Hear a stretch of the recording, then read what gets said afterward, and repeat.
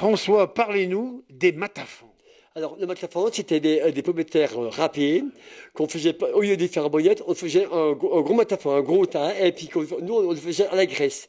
Et on mangeait ça avec de l'entre-lardé, et on coupait ça en tranches avec la cuillère. Et ça tenait au ventre. Ah, ça tenait le ventre, ça empêchait le ventre, ça, hein.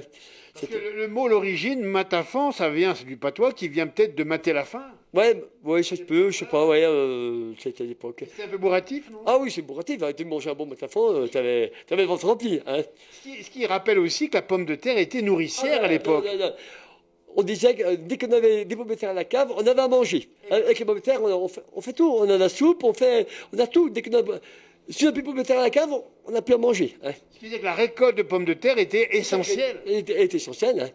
On disait que... Et l'année où, par exemple, il peut y avoir du gel précoce, ça pouvait être embêtant. Ah ben bien sûr, c'est embêtant. Je me rappelle l'hiver, on dit ça à ma femme, l'hiver que la neige est venue c'est pas quelle année, en 74. 74, que c'est venu au 27 septembre. Ma femme, elle a tiré les pommes de terre sous la neige.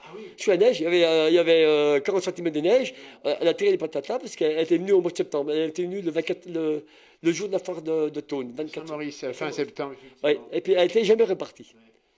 Ce qui veut dire aussi que le jardin, au-delà de la pomme de terre, était essentiel. Il y avait plein de bons produits. Ah ben bien sûr, nous on fait le jardin, on a les carottes, on a les blettes, on a les choux, on a les choux-fleurs, on a tout ce qu'il y a au jardin. Les tomates viennent à cette altitude? Moi, on n'a pas trop mis de tomates. Moi, les tomates, il faut déjà les mettre à un endroit à l'abri de le long d'un mur, il faut faire une serre pour qu'elle elle aime la chaleur, hein, elle veut le soleil, la tomate. Ça veut dire aussi, François, que quand on mange bien, et dans le pays où nous sommes, il y a plein de gens qui vivent longtemps, c'est bon pour la santé. Ah ben bien sûr, manger, c'est la priorité, hein. Vous voyez bien, vous achetez une salade sous vide, qu'est-ce qu'il y a? Il y a plein d'ingrédients, il y a des conservateurs, c'est tout. Mais je pense que les gens commencent à revenir un peu aux choses. Il faut dire aussi, parce que justement, dans cette émission, on aime la ruralité, on aime justement les bonnes choses. On sait aussi que les gens réclament maintenant de savoir ce qu'ils mangent. Ouais, ce qu'ils mangent, c'est impératif, hein.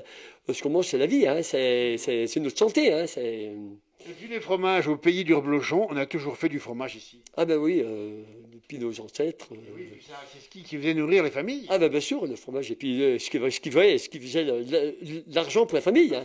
Tous les mercredis, il y avait une marché, je me rappelle, il y avait une marché au reblochon. Puis à cette époque-là, il y avait pas de... il y avait les négociants qui venaient acheter, on commercialisait en direct, puis il me rappelle encore payer en liquide, hein. Je me rappelle, il y a 50 ans en arrière, le marché, c'était sacré, hein. Avant, il n'y avait pas de supérette dans nulle part. Le marché, on vendait les veaux au marché, le marché, c'était la vie, hein. Essentiel. Essentiel, le marché. Et puis non seulement on vendait, mais on ramenait le café, par exemple. Pardon? On ramenait le café éventuellement du marché. Oui. Des produits qu'on n'a pas ici. Oui, bien sûr, tous les produits qu'on achetait au marché. Et puis après, il y avait aussi des épiciers. On avait les bouchers, il y avait un épicier. Au nord, il y avait un épicier. Les gens n'étaient pas motorisés, hein, avec le cheval, alors ils allaient au plus près, hein. Comme maintenant, avec les voitures, on va ici, on va. Autre temps, autre mœurs maintenant, c'est la voiture pour tout le monde. Pour tout le monde, c'est juste. Merci François. Merci François.